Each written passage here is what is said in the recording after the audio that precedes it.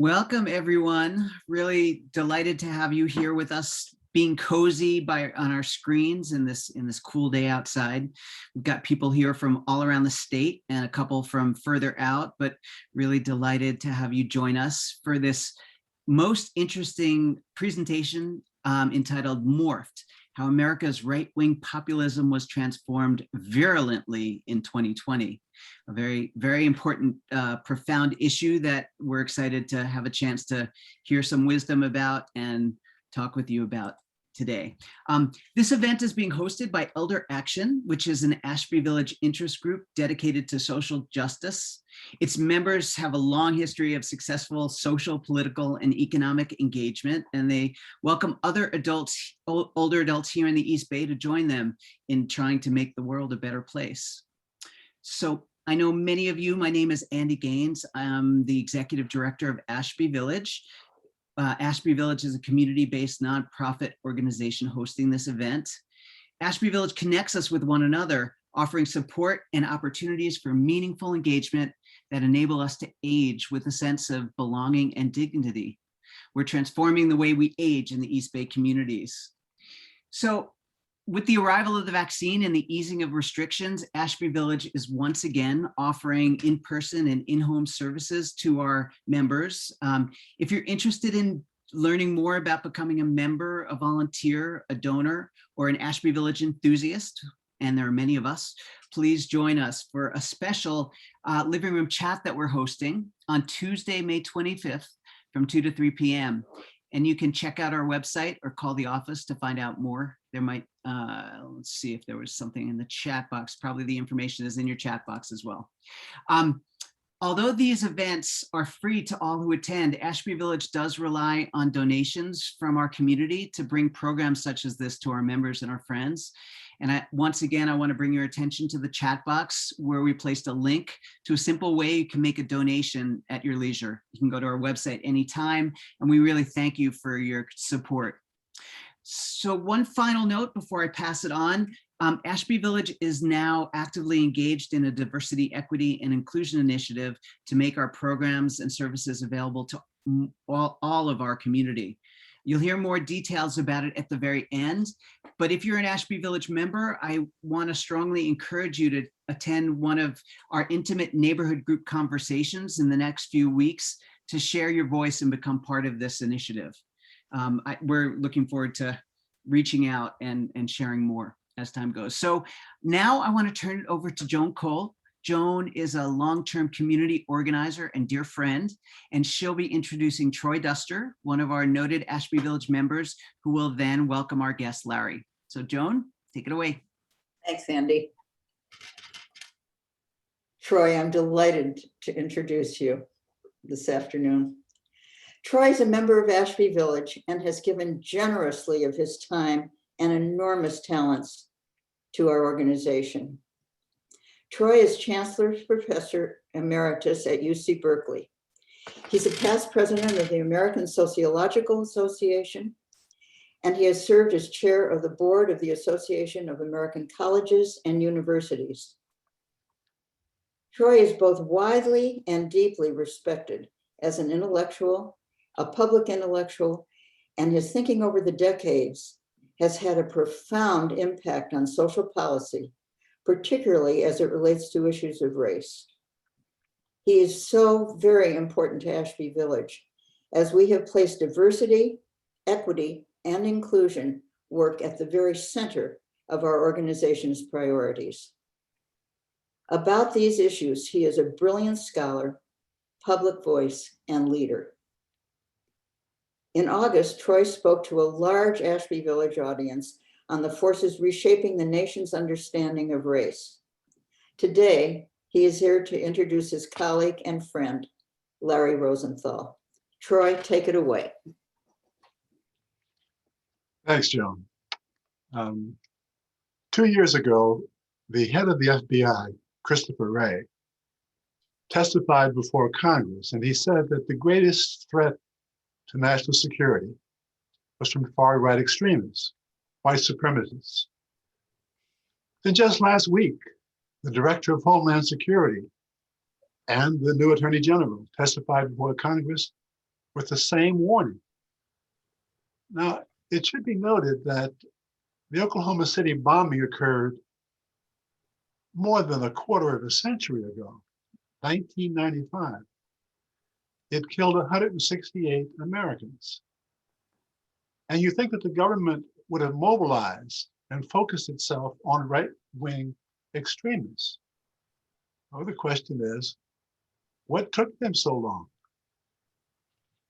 Now, had they been listening to, reading about today's speaker, Larry Rosenthal, he's issued this warning for more than a decade. In 2009, Larry founded the Center for Right-Wing Studies at the University of California.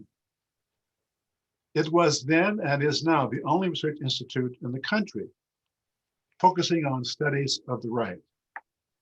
He's been publishing and lecturing on the topic ever since. Again, let's note the date, 2009. This was immediately after the election of Barack Obama and the sudden emergence of the Tea Party. What Rosenthal understood at the time, this was no one-off upswing. This was the emergence of something that had been stirring in the country for decades. Now, Larry is already an established scholar on Italian fascism, published extensively in various sites like Foreign Policy and other outlets. And last year, just before the election in November, he published his book, Resentment, on how the far right has come to the surface and how it has begun to dominate much of our political discourse. The book is all about understanding the simmering resentments that have surfaced all over Europe and the United States, generating the kind of political mobilization on the far right. Now, many of you in this forum will have heard Arlie Hochschild, who made a presentation about these kinds of issues and how they were developing. Larry now extends the analysis by examining the complex social forces at play across much of Europe and the US, and surfacing today's news about the role of the far right, even in Israel. If you want to understand the backstory, what happened on January 6th, you've come to the right place. If you want to hear some astute analysis, you've tuned in at the right time. And with that, my privilege to introduce my longtime colleague and friend, Larry Rosenthal. Thank you, Troy. That was very generous. My first instinct is maybe I should quit while I'm ahead, but that's probably not a good idea. But again, thank you very much. And I want to thank Ashby Village for giving me this opportunity. As Troy pointed out, I founded the Center for Right-Wing Studies at the University of California in 2009. And almost immediately people started asking me, well, what do you define as right-wing and or what is conservatism? And I kind of developed an elevator pitch, a succinct way of talking about these things that I could, package very quickly. And I developed an answer that said that there were two versions of conservatism. One version is classical conservatism, and the other is what I called insurgent conservatism, or the insurgent right. Classical conservatism is the kind of conservatism that emerged explicitly in the US in post-World War II. It's centered around people like William F. Buckley.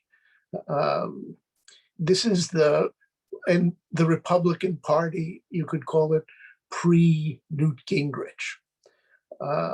And this notion of conservatism rooted itself classically in Edmund Burke, who's regarded as the intellectual father of conservatism worldwide.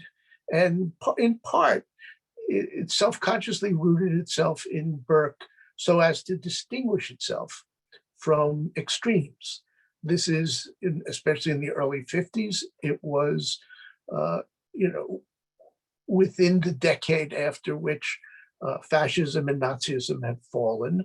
And it was crucial, above all, to people like Buckley to distinguish themselves from that. And later on, to distinguish themselves from things like the John Birch Society. This notion of classical conservatism, this Burkean notion, regards society as kind of an organic entity. It's not something that can be socially engineered. It can be managed, but there are people who are better bred and educated to do that, to do the management of society. And those are basically people from the traditional or powerful classes. So that, and as I say, they have been kind of bred to do so. So the aim of conservative politics in this version of classical conservatism is to keep power in traditional hands. So if Burke is the seminal theorist of classical conservatism, I want to suggest today that there is a seminal theorist of insurgent right wing, of the insurgent right wing, or insurgent conservatism, or what my colleague Elia Burris calls revolutionary conservatism. And that person is Carl Schmitt. Carl Schmitt is a kind of difficult character to come to terms with. His life spans most of the 20th century, and he became an ardent Nazi. So that makes him tricky to deal with. But people on the right deal with him, but also he was very influential among the intellectual sources of neoconservatism, for example. But he's also been significant on the left. Let me give you one example. There's an Italian political scientist called Giorgio Agamben. And Agamben took up one of Schmitt's central concepts, which is called the state of exception. The state of exception, according to Schmitt, frees the executive from any legal restraints of power that would normally apply. So if there's an emergency and you declare a state of exception, that means that the executive, who Schmitt likes to call the sovereign, is empowered to essentially deprive people of rights, to do pretty much as he or she sees fit, in the sense of almost ruling by decree. As a side issue, in the face of the COVID crisis, this ability to rule by decree was acceded to in one of the major illiberal countries in Europe, which is Hungary. Viktor Orban was able to rule by decree. But Schmitt essentially defines sovereignty as the power to decide or initiate a state of exception. So Agamben used this notion to talk about George Bush and the Iraq War. And above all, it dealt with Bush's treatment of prisoners of war, or what that administration called detainees. These were people who were essentially deprived of the rights that were established in things like the Geneva Conventions, and this gave rise to things like Abu Ghraib. Under Trump, one could argue that a state of exception has existed at the southern border, where the rights of immigrants and refugees have also been summarily abrogated. Schmidt essentially comes up with a formula that guides, I think, insurgent conservatism. And that is the idea that politics is defined by who your enemy is, or as we might say these days, who the other is. The essence of politics for Schmidt is defining the other, is in effect to define us versus them. Perhaps Schmidt's most famous single line is, "Tell me who your enemy is, and I will tell you who you are."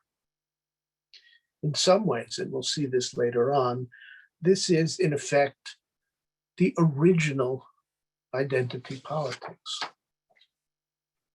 But for now, Schmidt comes to mind because the essence of Trumpian politics, what's made it work for Trump and his base, has been to define the enemy or the other. And the difference between how that was defined, how the enemy or the other was defined in 2016, in Trump's initial run for presidency and successful run, the difference between that and how the enemy or the other was defined in 2020 is the crucial difference. In other words, this is the other that has morphed, hence the title of this talk. In 2016, the other were the immigrants. The master narrative of the Trump campaign was that the carnage he described or asserted in American society was blamed on the immigrants. They were the scapegoats. And Trump had a solution. He was going to build a wall. Why did you have to do? What was the threat of the immigrants and the refugees? And above all, it was crime. They were bringing crime and drugs and they were rapists, as Trump said in his announcement of his presidential campaign. It was what he came out of the chute with. Essentially, the message is, these are people who are coming for your daughters. And he would talk about the same principle in the most august of presidential occasions. At the State of the Union, he would have people in the gallery who he would say, please stand up. And what they represented were families whose child, for example, had been killed by an illegal immigrant. And this didn't change by 2018. This was still the master narrative of the Trumpian wing and Trump himself during the 2018 midterm elections. If you recall the midterms, Trump talked endlessly about caravans. Caravans of immigrants were now the people who were on their way to America and they were now the people who were bringing crime and drugs and were threatening American families and American jobs, of course. But look at the election of 2020. The immigrants are gone. It's pretty remarkable if you think back to 2016 in their place. The Schmittian other had become redefined. The other had morphed. Now, instead of the refugees and the immigrants, it was Black Lives Matter and Antifa. It was now Black Lives Matter and Antifa who were coming for your daughters. The only thing standing between their crime, which was expressed on the streets, and the chaos that they created, the only thing that stood in the way were Trump's security forces and the citizen militias who were standing up to them on the streets. In other words, the other had morphed. And the main thing I want to talk about today is how that transition came about.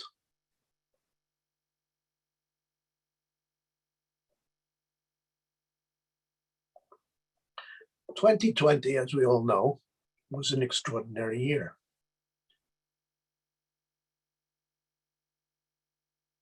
There were three remarkable mobilizations in 2020 on the American right.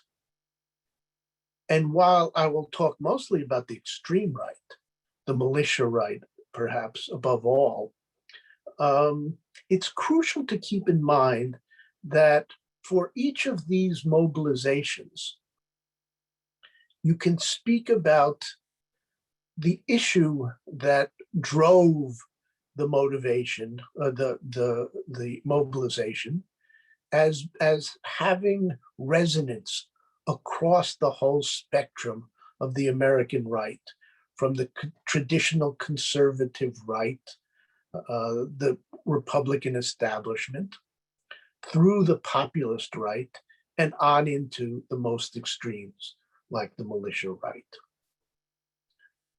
The first of these movements was the anti-lockdown movement. This suggested government overreach in the sense of destroying people's liberties, and also government incompetence. As I say, think about I will talk about the militias at some length. But if you think about it, this is a theme that has, as I suggested, resonated across the spectrum of the right. So you can think back to Ronald Reagan, who used to be fond of saying that government is the problem. Or, speaking of incompetence, the worst thing to hear is the sentence, "I'm from the government and here to fix the problem."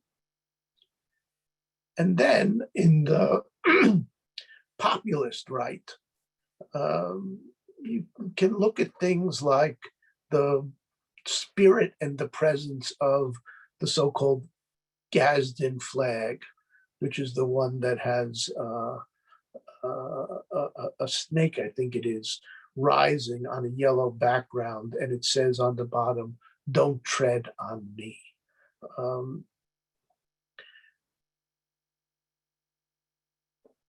But so that's the populists.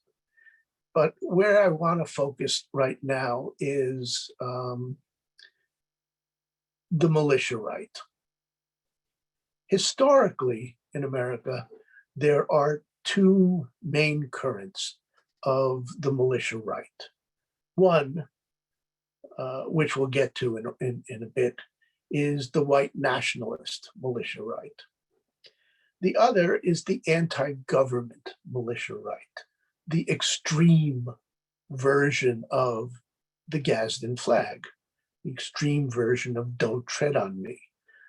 These are people who are when you arrive at the extremes of the militia. These are groups who basically do not regard, and explicitly do not regard, the government at any level as legitimate. They are typically the most fanatical supporters of the right to carry guns.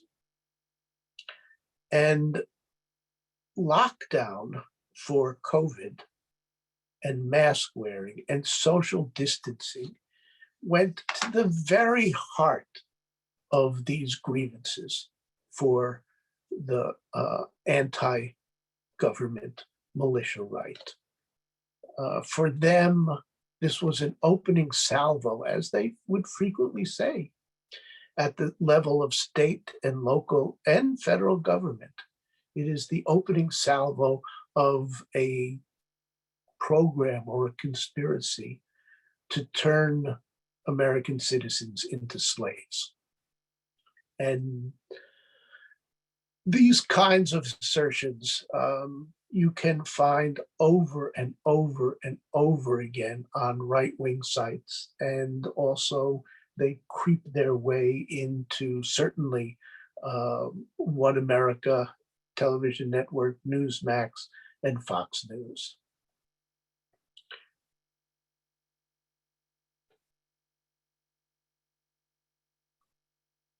Heavily armed militia groups mobilized on the streets to oppose the lockdown regulations.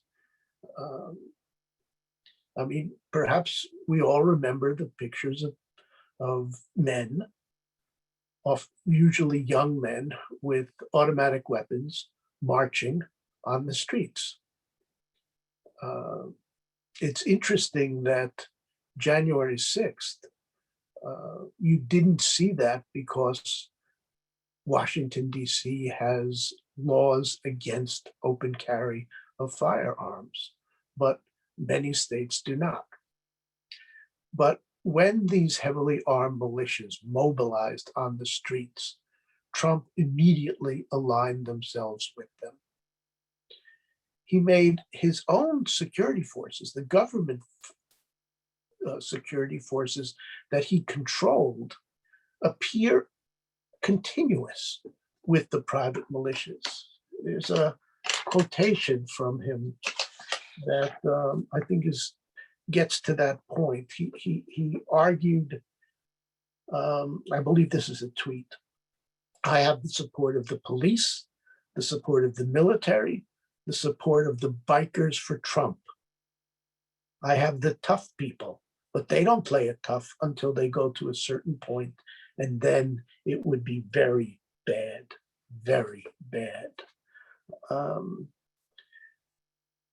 And this continuity between government forces and private militias, government security forces and private militias, was emphasized in a way by deploying security forces who removed their badges and identifications of any sort. So they would stop people without knowing who was stopping them, what their authority was to stop them. And further, they would stuff people who were stopped into vans, unmarked vans, and take them away for interrogation. Trump also was explicit by tweeting famously, "Liberate," in capital letters, "Liberate." One tweet was, "Liberate Virginia and save your great Second Amendment. It is under siege." He also sent a capital, all caps, "Liberate" tweet about Michigan. And in Michigan, armed men took over the state capitol and work in the Capitol ceased. And this was the state later where the militias plotted to kidnap the governor.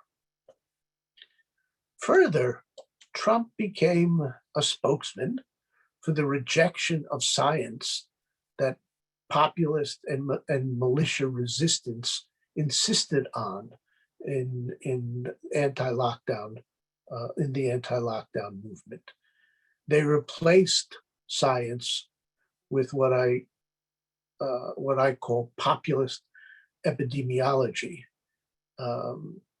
And Trump became a big supporter of that. One extreme example, and of course, we all lived through this, and there are many, many. Trump defended the conspiracy doctor Stella Emanuel, telling reporters she was, quote, spectacular and, quote, very respected. This Stella Emanuel attributed various health issues to, quote, people having sex in their dreams with demons, in addition to an extreme version of hydrochloroquine advocacy. Of course, that was very popular for Trump himself, although with Trump personally, my favorite was his advocacy of mainlining Clorox. The second mobilization in 2020 on the right was the reaction to the George Floyd demonstrations. And the right-wing militias took to the streets to confront the demonstrators in the name of defending local businesses. This is perhaps a very good definition of what used to be called vigilantism. And again, they were armed. In Kenosha, Wisconsin, 2 George Floyd protesters were shot to death by a young man, Rittenhouse, and both Trump explicitly called Rittenhouse's actions self-defense, and so has the militia and populist right. That's an interesting thing, by the way, self-defense. Back at Charlottesville, which we'll get to in a bit, you probably remember, I think it was James Fields, who ran down counter demonstrators to the Unite the Right marchers, hit them with a car and killed Heather Heyer. In the immediate aftermath of that, one of the organizers, who we will also get to, of the Charlottesville demonstrations, explicitly said that James Fields had acted in self-defense, driving through people to their death. Okay, so this was the mobilization of the second current. This second mobilization in 2020 of right-wing militias was a mobilization of the second current of the historic American militia right. This is the white nationalist right, as distinct from the anti-government right, although the back and forth in membership among those has always been a constant. Here too, in the demonstrations against George Floyd demonstrators, the actions of the militia spoke to a resonance, or that white nationalism, the white nationalist militia has always had a kind of resonance across the spectrum of the right.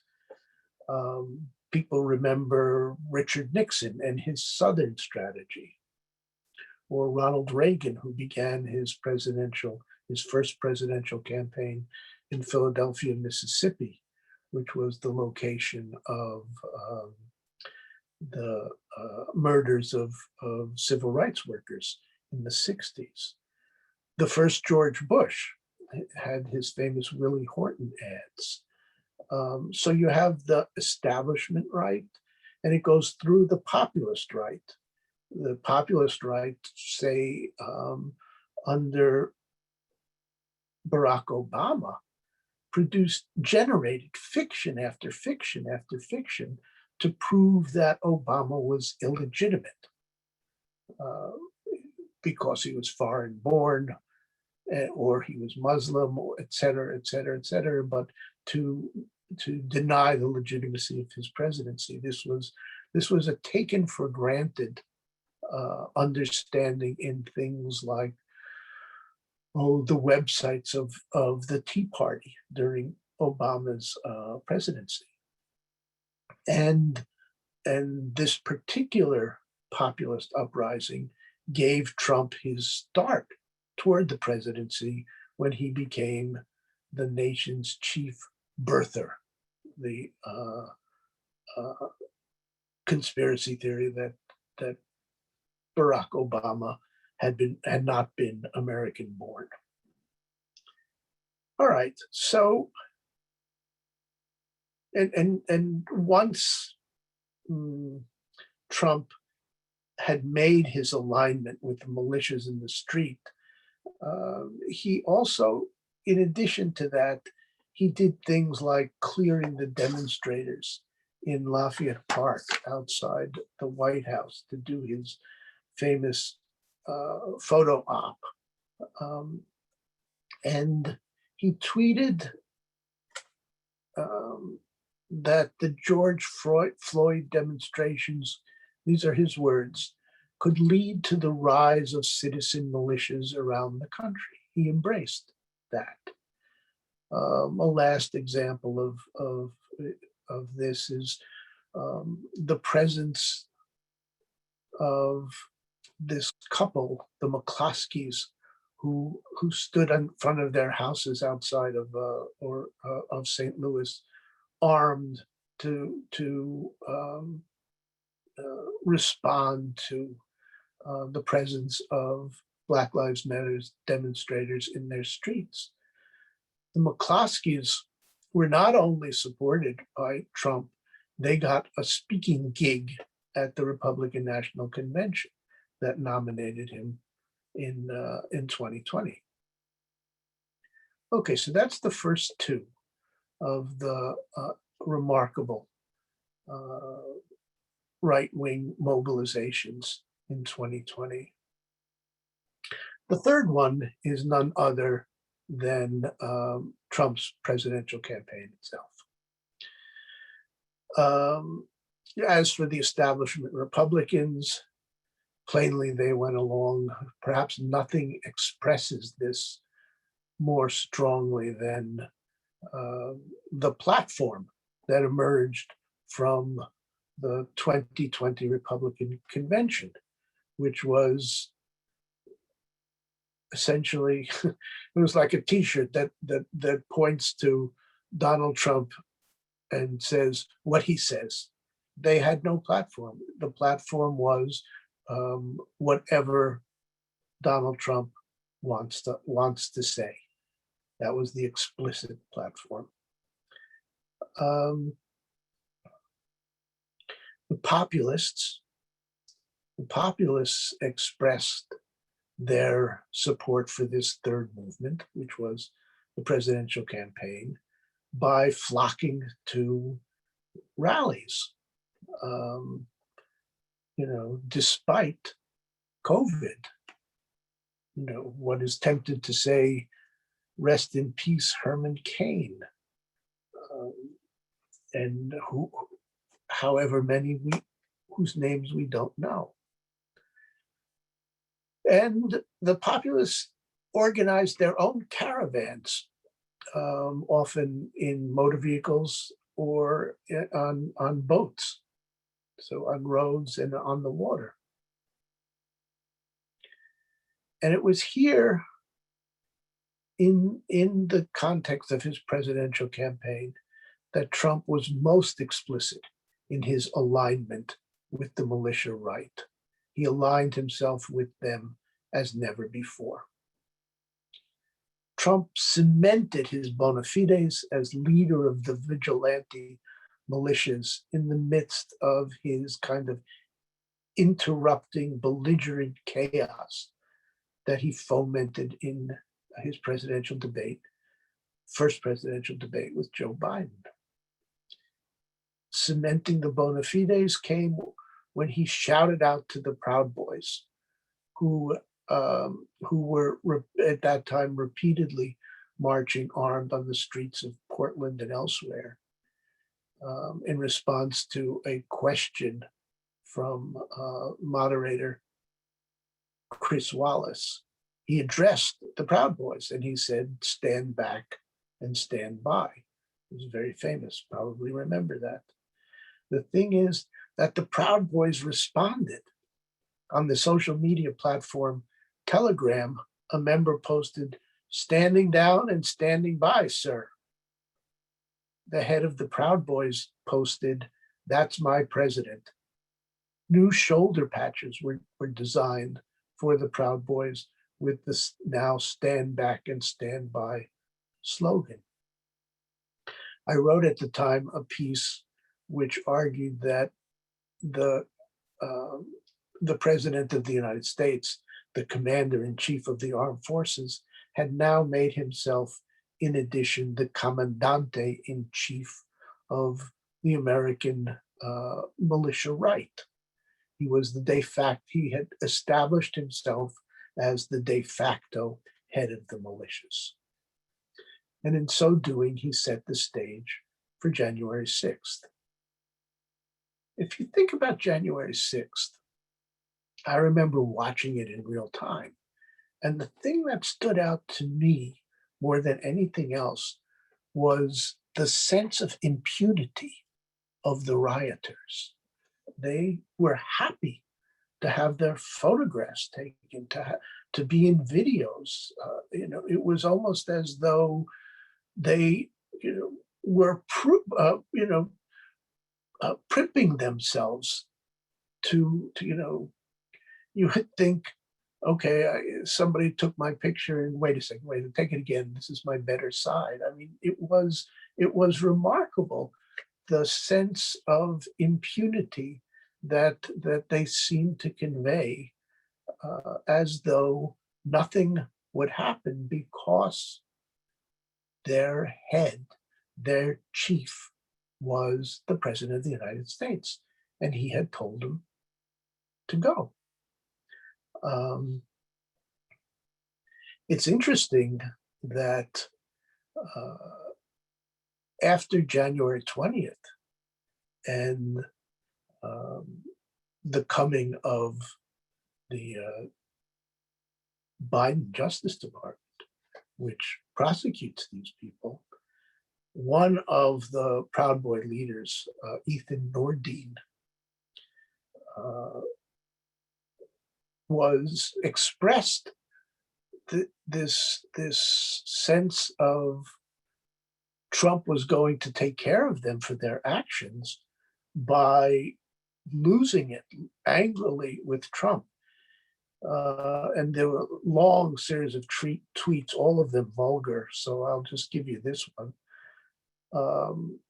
Ethan Nordine writes, "Fuck you, Trump. You left us on the battlefield bloody and alone."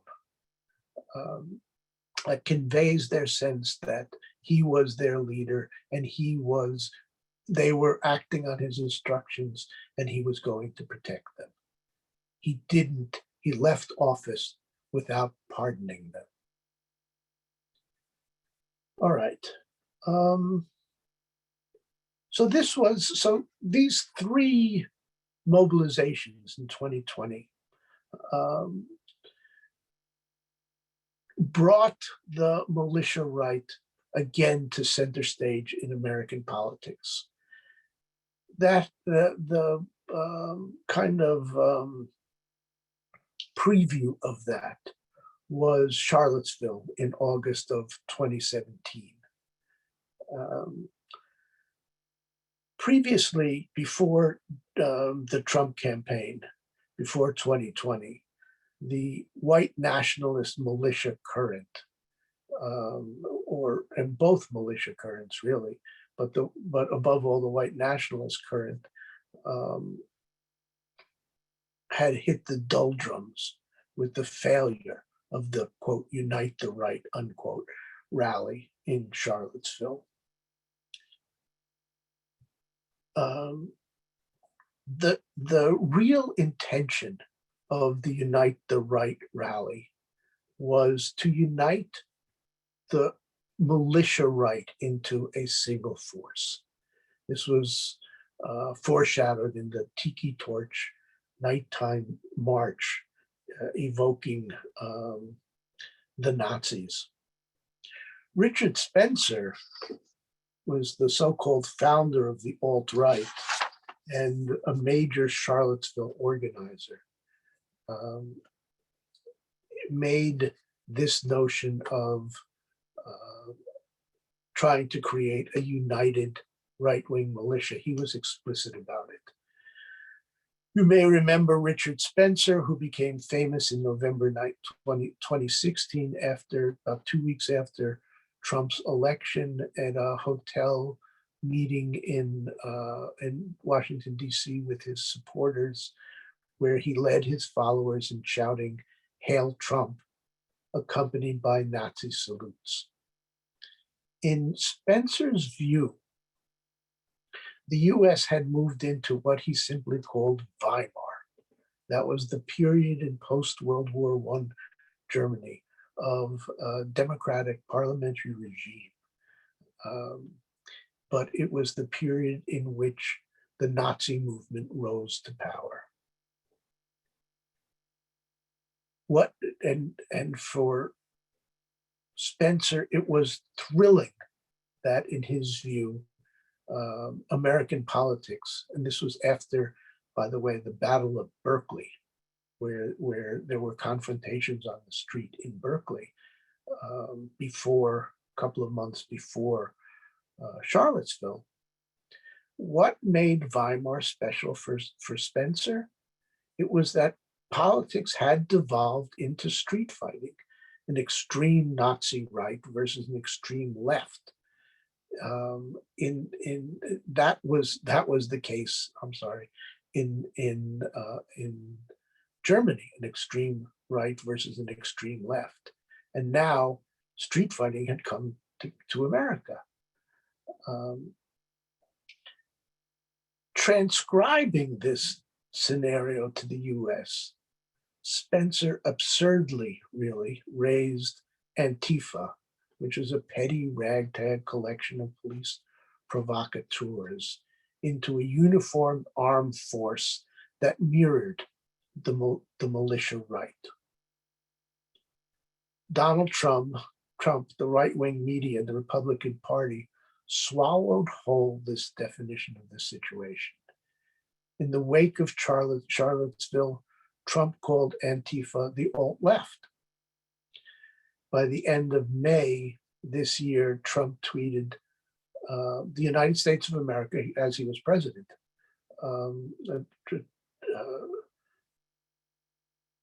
this is 2020, the United States of America will be designated Antifa as a terrorist organization.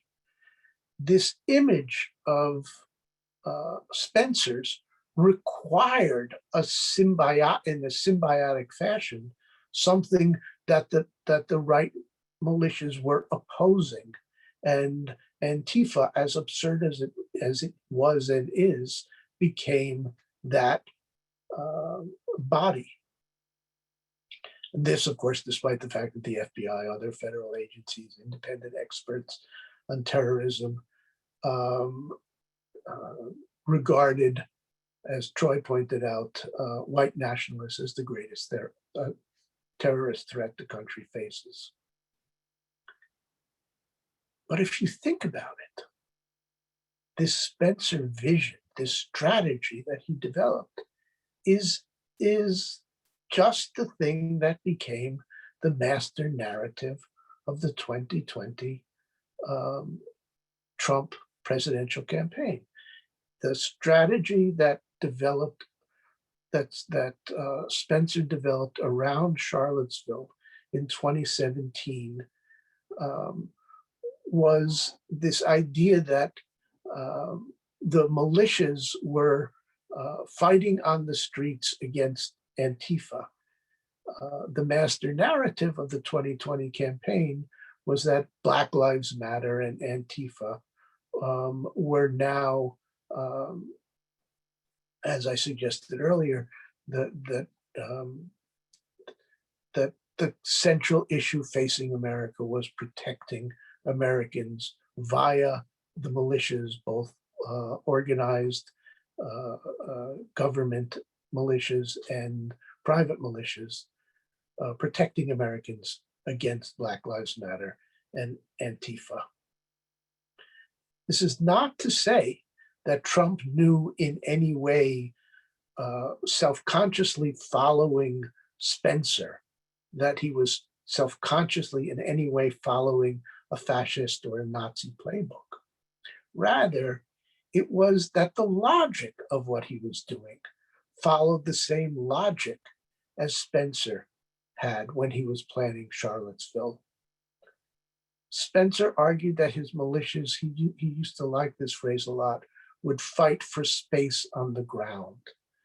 When Trump called governors across the nation to talk about the demonstrations, his advice to the governors was, quote, dominate, unquote, on the streets. The Unite the Right rally really fizzled. It failed in every way except that it established Trump's bond with the militias. Good people on both sides, as you remember from 2017. This would be reprised in Trump's January 6th video, in which he told the rioters, "We love you." So if the right-wing militias hit the doldrums after Charlottesville, when they came back, we no longer heard the phrase alt-right. Now they had names like the Boogaloo Boys, the Three Percenters, the Proud Boys. But what the Charlottesville failed to do, Trump succeeded in, creating a unified right-wing militia. And that right-wing militia came together in the name of his election campaign. And then after November 3rd, in the name of Stop the Steal. While the specific aims, white nationalism, anti-government, coalesced into a unified vision, increasingly these militias would talk about accelerationism. This was the idea that the specific aims were now secondary, and the point was a more general attack on the state, the idea of bringing the whole thing down. Boogaloo was a self-conscious term meaning civil war. Trump's order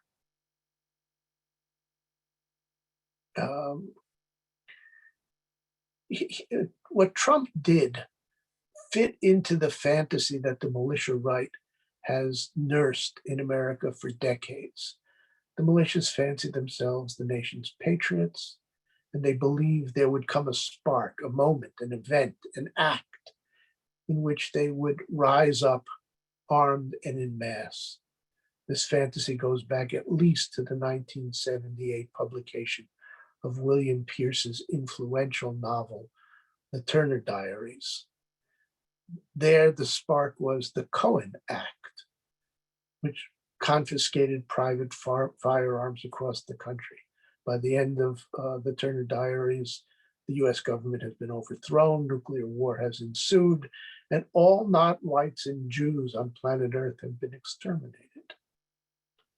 Over the years, the militia movement has bred individuals who dream of being the hero who sets off the spark. In the white nationalist current of the militia movement, think about Dylann Roof, who hoped to set off a race war when he murdered 9 Blacks during Bible study in Charleston Church in 2015. In the anti-state current, the one that regards established government as tyrannical and illegitimate, think Timothy McVeigh, who, as Troy alluded to, bombed the Oklahoma City Federal Building in 1995, killing 168 people. But Trump provided a spark that was never dreamed of in the right-wing militia fantasy. It was a summons from the president. Stand back were the orders for now, and the long-awaited spark was just over the horizon. Stand by. On January 6th, the order came. Trump said, march down to the Capitol. Mo Brooks on that same platform said, today is the day American patriots start taking down names and kicking ass. And of course, these things are never complete without a mention of Rudy Giuliani, who said from the same platform, every single thing that has been outlined as the plan for today is perfectly legal. Let's have trial by combat. I'm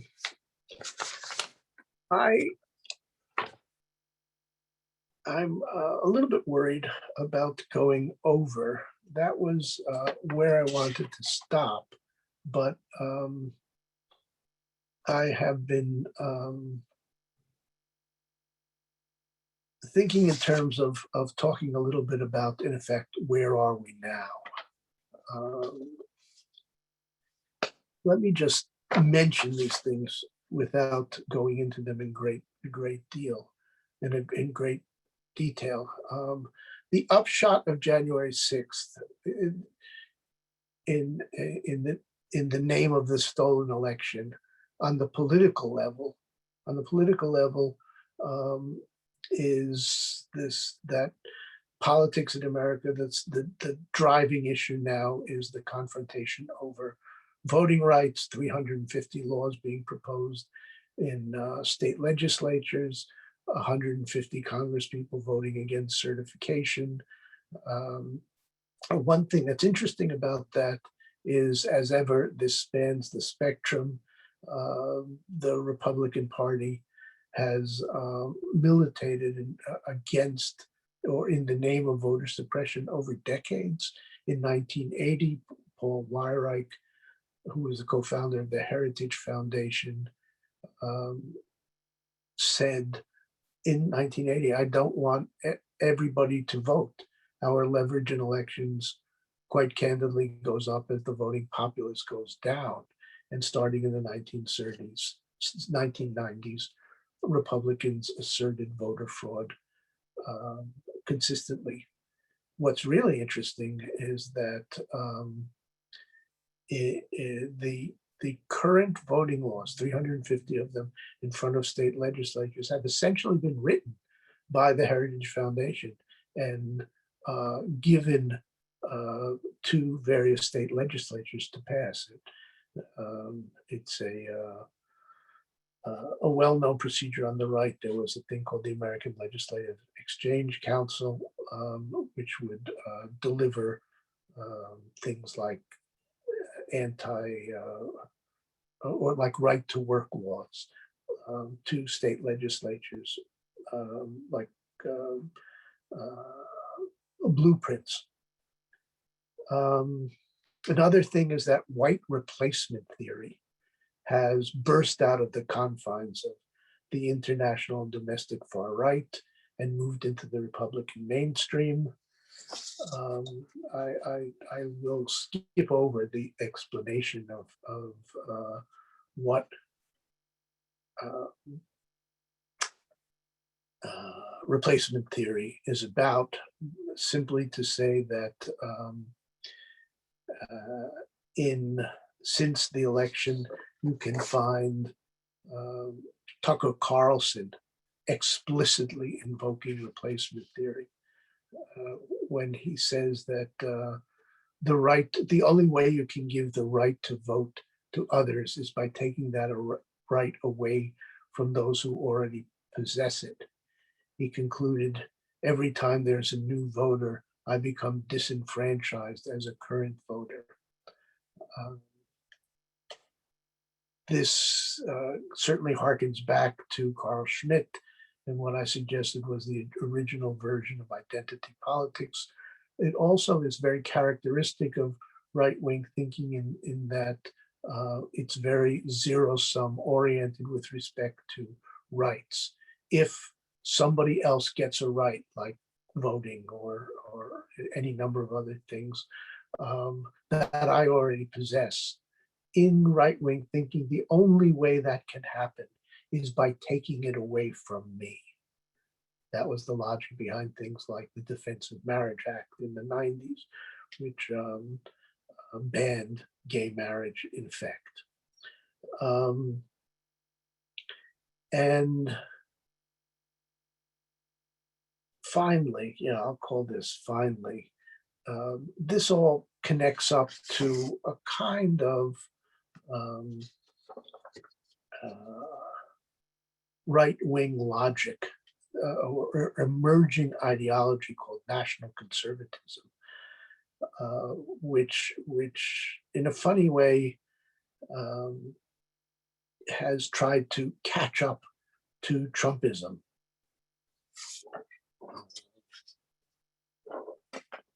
Daniel Lubin observed the National Conservatism Conference in Washington in July 2019, and wrote, usually intellectual movements precede the rise of political ones. But in this case, Trump's camp followers are reverse engineering an intellectual doctrine to match Trump's basic instincts. National conservatism is distinct from the liberal ideology in the classical sense of liberal ideology that many people just take for granted as American, the basis of American society and politics, which is that that this is a propositional nation or a creedal nation. That is, that the words of the founding documents, like all men are created equal, is to be understood literally. National conservatism argues against that those are rationalist liberal axioms. They're abstractions. The real basis is not the words, but the people who wrote those words. In this case, Anglo-American conservatives, based in biblical scripture. Last thing on that National Conservative Conference in 2019, two people emerged as potential successors to Trump on a political level, and they were none other than Tucker Carlson and a Missouri senator called Josh Hawley. I'll stop there. If people want to ask me about where I think this is going, I have some thoughts about that. Also about the relationship of the state of play to classical fascism. So thank you very much for your attention. Thank you very much, Lawrence Rosenthal, for this very, very informative and great talk. Right now, I actually have only a few comments, not really a question. I personally would be interested in knowing what you think. What do you think? Where does this go on with the Republicans and the way it looks like right now? So yeah, and Peter Sussman actually right now says the same thing. I'll buy it. Where is this going? Okay. I think what we're talking about is the future of a movement. And I think that the thing that I keep my eye on more than anything else is stop the steal or the stolen election, what is often referred to, these days as the big lie. But what happens to the stolen election? There is the stolen election, I think of as an animating myth. That is to say, it's an idea that can mobilize people over time. There's an example, one example of an animating myth is the quote unquote lost cause of the American South. Both stolen election and lost cause emerge from what Wolfgang Schimmelbusch calls a culture of defeat. And so the question is whether, in effect, the stolen election will have legs in the way that, say, the lost cause has, which has endured for over a century. And to the extent to which the stolen election endures as an animating myth, this movement will stay vital. And I would add just one thing, that the audit, quote unquote, that's now taking place in Arizona with others to come elsewhere. One way to think of that is that this alternative reality of the stolen election is attempting to create what I call alternative facts on the ground. We all remember alternative facts, a phrase which emerged, I think, on the third day of the Trump administration, when Kellyanne Conway was explaining that, yeah, you know, it may look like this inaugural crowd wasn't as big as Obama's, but it was bigger, and those are alternative facts. The mainstream, if you will, treatment of the stolen election forever, quite rightly, talks about that the stolen election is not fact-based or a lie. And the audit is the attempt to be able to say, hey, look, see, if you count them, then we would have won. It's the attempt to create an alternative fact base that will, I think, if they succeed, will help keep the stolen election alive as an animating myth. So now we have actually now quite a few more questions that are coming in. Given the widespread support for the extreme right wing today, what, if anything, can put this movement back to the fringes? Oh, I certainly would like to believe that something along the lines of a second New Deal might have that effect, which, if there were to be something like a second New Deal in this country, it probably would be starting off a lot like what the Biden administration to date has been doing. In addition, they have been seriously prosecuting the January 6th rioters. And that's also very important. The history of the right wing and the right wing militias is that when faced with serious prosecution, they tend to scatter. That certainly happened after Charlottesville, and there are other there are similar versions since the 1970s and 1980s.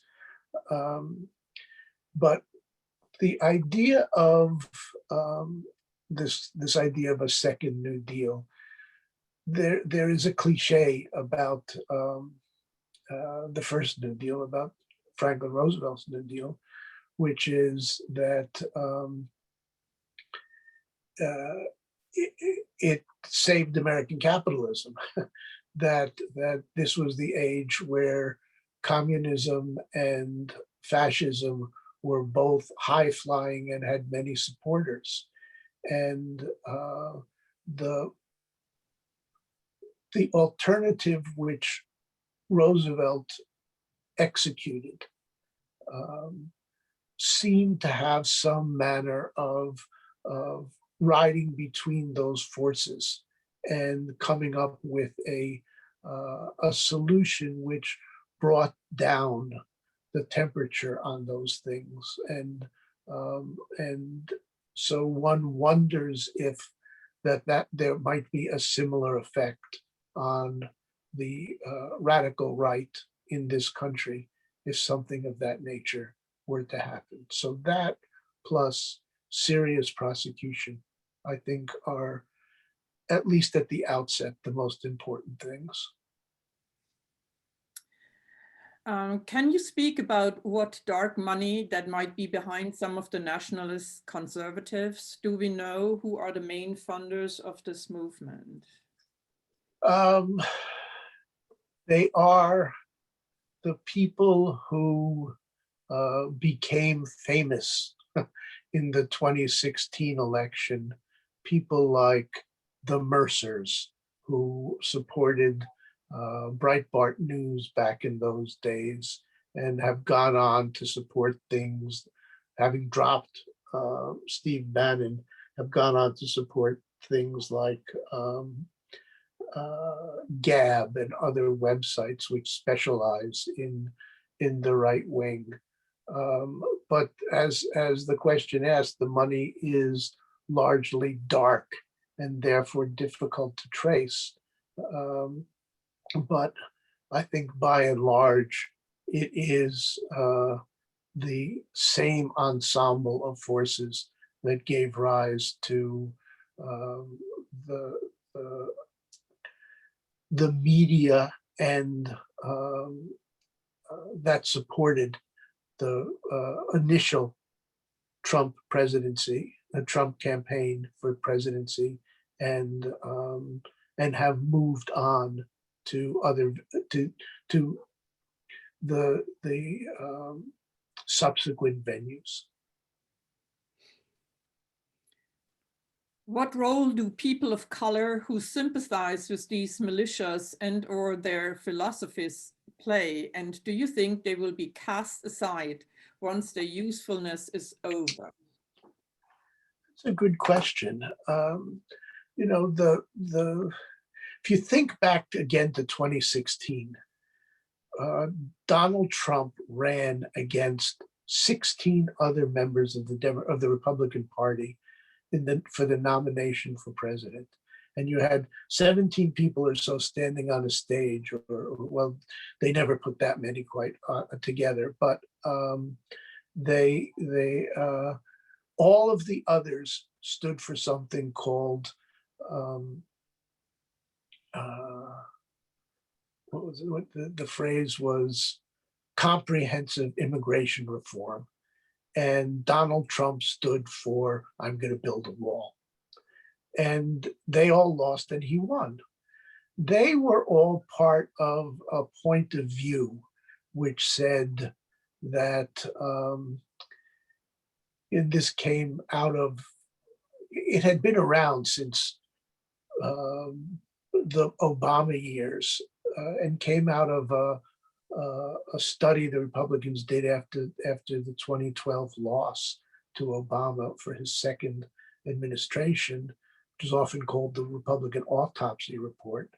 And it argued that the Republican Party was facing a demographic sort of Damocles. That is to say that the change, the demographic change in America, the increasing or the move toward majority minority in the USA meant that the party as it was established or in the direction it was moving would no longer be a viable national party. It would kind of be a regional party. And so there had to be an opening above all to Latinos who had done very nicely with, or George Bush had done very nicely in Texas and nationally with them and so forth. So, and Donald Trump blew that out of the water. He did everything he could to alienate and then some things like like Latinos in the USA. But comes the 2020 election, and there was an uptick both among Latinos and conservative Blacks, which has resurrected the idea in some Republican circles of the strategy of the autopsy report going forward, that Trump's loss seemed to indicate that his formula might have been a one-off, that won in 2016, largely because Hillary Clinton was regarded as such a weak and disliked candidate. And so there is a struggle now about a return to opening itself up, opening the party up to minority views. And so if that takes, in answer to your question, I think there will be an opening for conservative Blacks and Latinos in the Republican Party.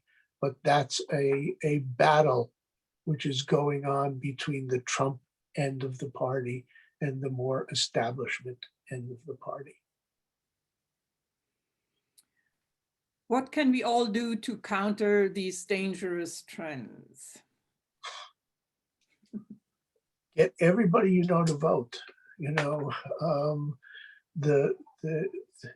It is true that the blue America is bigger than red America by a lot, and that's offset by things like the Electoral College and gerrymandering and the way the Senate is set up. The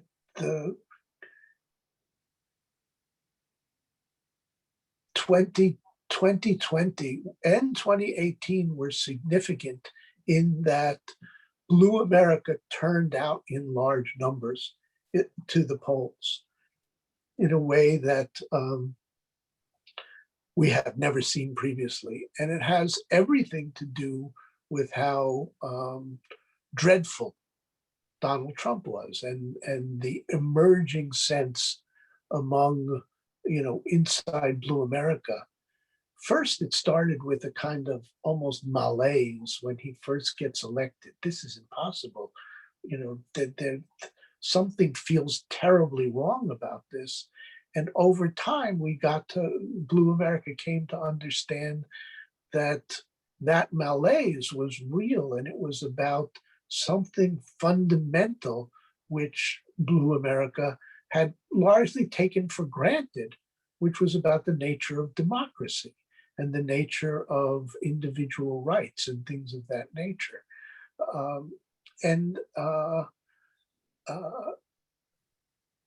That led to the triumphal election of 2018 and also the election of 2020.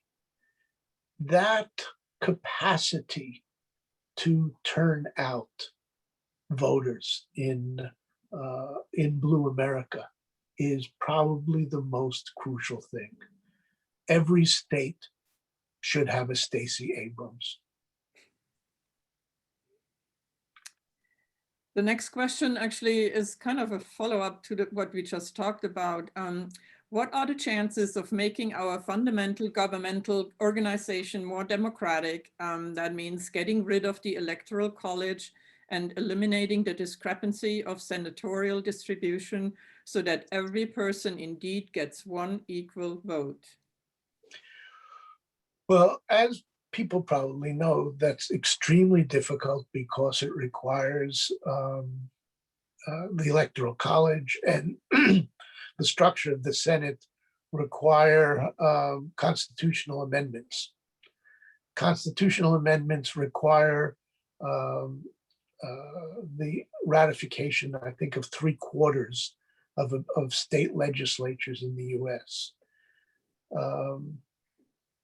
There are too many red states to make that at all possible. You know, the Red America loves to publish these maps of the USA and it's county by county. Is it red or is it blue? Did it vote for Trump or did it vote for Biden? And it's just hugely red going across the country. And they like to say that this is, you know, red America is the real America. And basically, instead of one person, one vote, they're looking at it as 1 acre, 1 vote. There are some workarounds. One of them, obviously, is statehood for DC, statehood perhaps for Puerto Rico, which will likely increase the presence of blue in the US Senate. And there's another, there is this very clever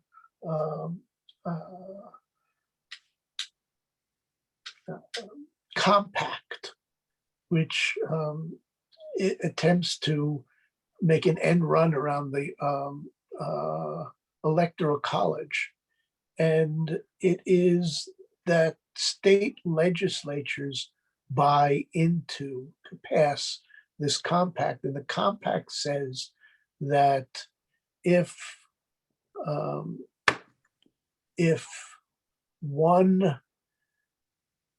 someone wins the national popular vote, then all of that state's electors, no matter what the vote in that state were, will go to the winner of the popular vote. The compact has been ratified by a number of states, a surprisingly large number of states, and there are more to go, but it would come into effect when there would be enough states whose collective electoral college representation would be 207, over 270, which is the number of electoral votes needed to win the presidential election.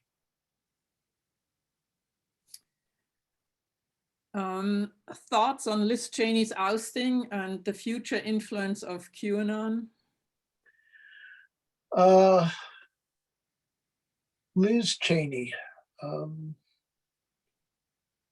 she is making a stand, and one has to respect that.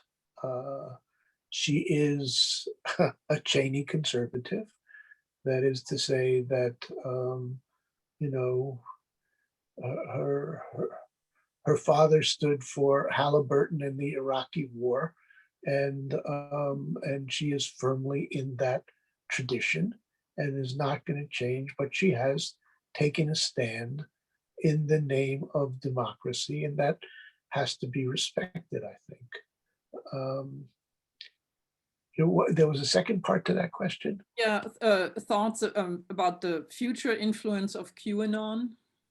Well, QAnon is really challenges analysis. I mean, it has the feel about it of something like a mass psychosis. In fact, for the first time in my life as an observer of these things, I have been tempted to look at Jungian psychoanalysis. Jung, of course, was famous for talking about archetypes, and archetypes for Jung were what he called elements of the collective unconscious, which is as though there exists for Jung a collection of things that are eternal in the human mind, archetypical things that almost exist like an underground river that people and groups can tap into now and again. And what makes me think that is the resonance between what QAnon people are talking about, which is pedophilia and ritual murder of children and Satanism, is so familiar from both, just to take examples, the Protocols of the Elders of Zion, which was about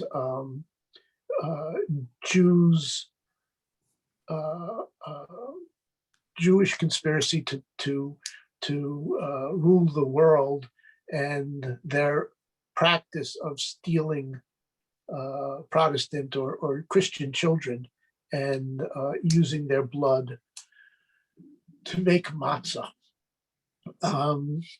So look at that. You know, if you go to YouTube and find Lynn Wood talking to a Q crowd, and we are protecting the children, we are saving the children, we are saving the children. This is the Democratic Party is satanic, which conjures up Salem witch trials. So I think that indicates, for me, the difficulty of understanding QAnon. But two things I would say further on that. One is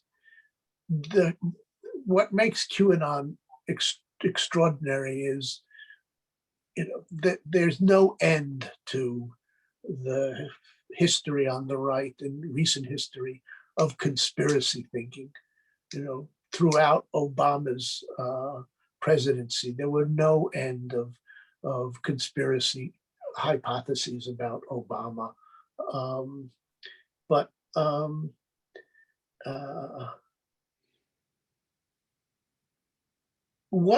What is it that gives this a capacity to kind of take off from existing conspiracy thinking?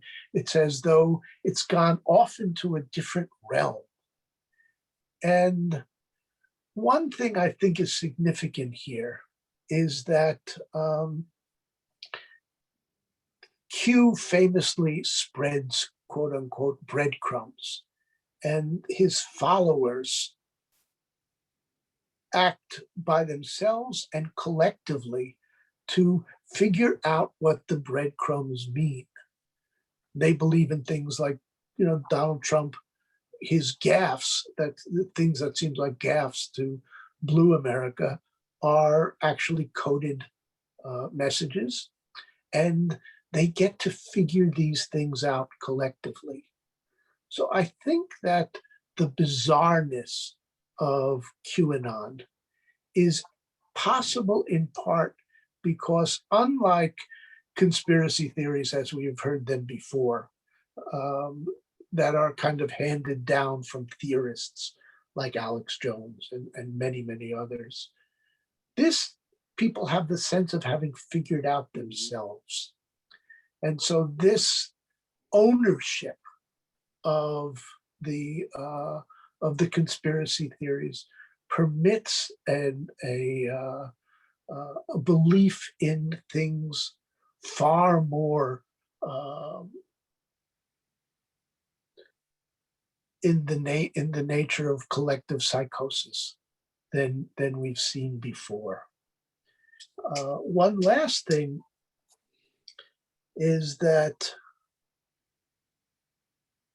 it's easy to make up fantasies about things that you don't actually see. When in universes, in worlds where you're operating on nobody has perceived this taking of children. So the field is wide open. In my book, the Empire of Resentment, I talk about in 2016 a very good study of where Trump support was strongest, indicated that it was strongest among in zip codes where the presence of immigrants was at a minimum. It took place, in other words, among this 2016 campaign about the horrors of immigrants and refugees, had its greatest uptake in places where those people weren't around. So that I called this in the book the imaginary other, or the imagined other. And I think there is an element here with QAnon where the imagined other has taken off to another level. It's now imagining on the level of monsters and creatures that whose connection to human life and human society, that thread has been narrowed and maybe lost. So at this point, I would like to ask you how many more questions you are willing to answer, because we still have quite a few. You already gave us a lot of your time, so I'm just let's go till 2:45. So it's about okay. 10 more minutes. Okay. So this question, aren't the existing Trump supporters among Blacks and Latinos based not on the autopsy, but religion-derived cultural issues? What role do you think that evangelical religion will play in any potential political realignment? Okay. Yes, it is based on, is often based on religiously based conservatism. This was the hope of the autopsy report around Latinos, which essentially believed that really, when you get down to it, Latinos are conservative Catholics, and they'll like what the Republicans have to sell. Evangelicals, this was one of the great conundrums of the Trump campaign and presidency. He won the support among the evangelicals.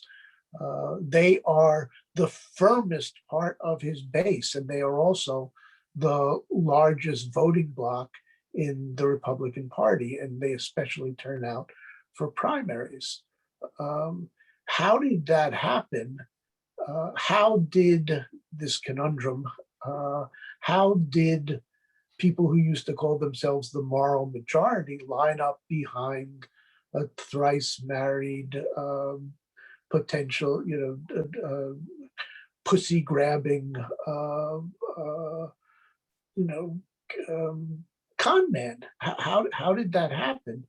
And the way that happened was that essentially Trump was read back into the Bible, into parts of the Bible where God has given sometimes the Israelites a leader who is imperfect, but leads the Israelites out of the Babylonian captivity. This was King Cyrus, or David, the king of ancient Israel. So Trump was understood as this imperfect messenger or divine gift to America in its moment of crisis. And there is little evidence that that's going to go away. The thing that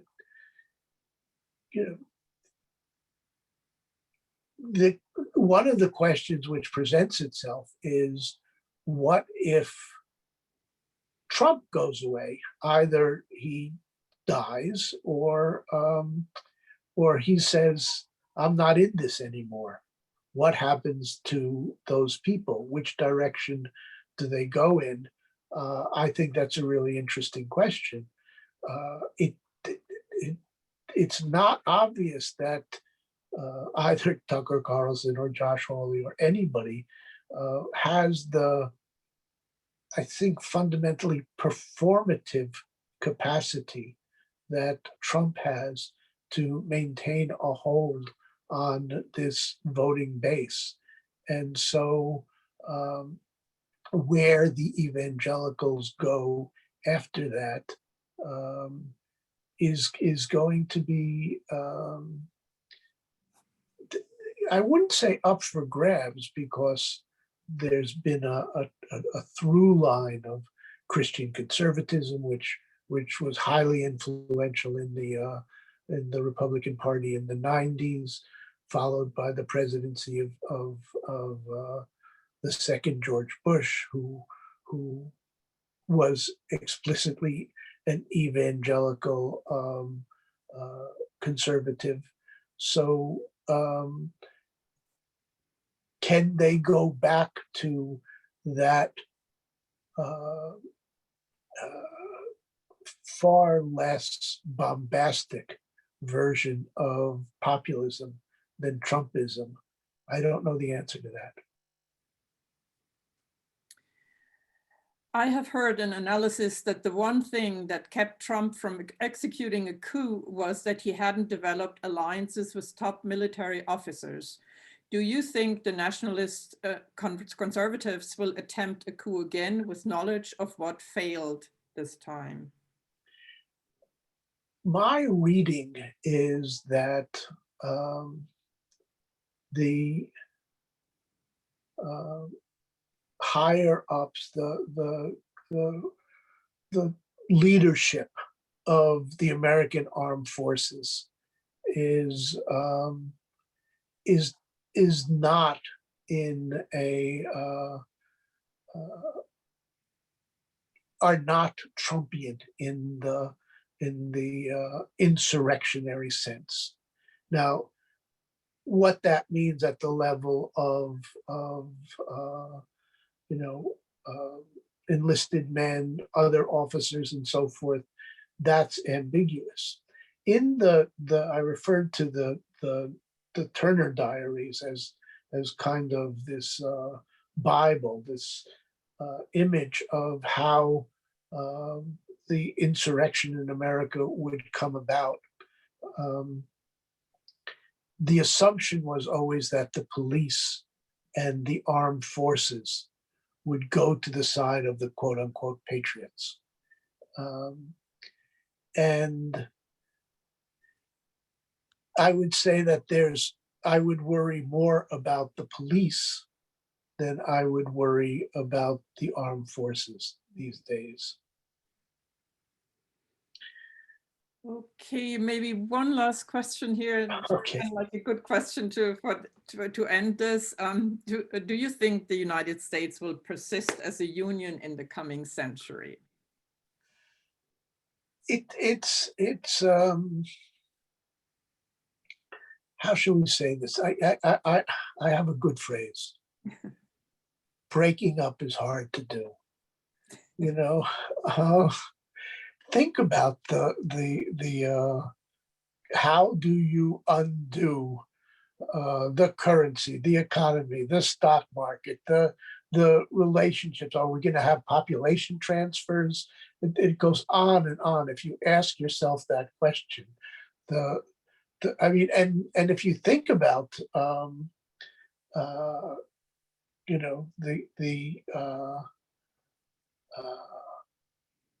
the places where population transfers have happened, like India, Pakistan, they're dreadful experiences, and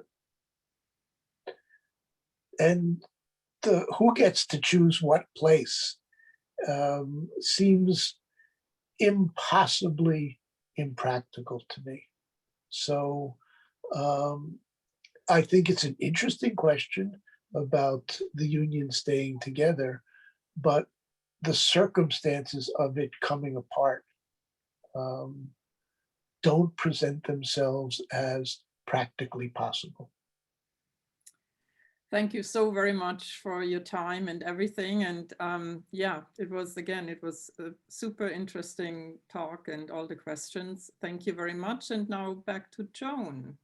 Well, thank you. Larry, thank you for all of this, and particularly for your optimism. And breaking up is hard to do. And I'm glad that we can end your part of this presentation on such an upbeat note. Because it has not all been good news. Not that it's news, but it's been an extraordinarily challenging conversation. And thank you so much for that. I've got two things I want to talk about, and I'll be very brief. Ashby Village's Diversity, Equity, and Inclusion Initiative will be rolling out to our neighborhood groups following the village-wide learning workshop, which was conducted on April 29th by our marvelous consultant, Rita Shimonen. The next few weeks will see a number of small interactive sessions hosted by neighborhood group coordinators and led by our board's DEI, Diversity, Equity, Inclusion Working Group. The discussions will provide an opportunity for members and volunteers to learn about and help shape what Ashby Village is doing to pursue our commitment to become more inclusive with the broader community.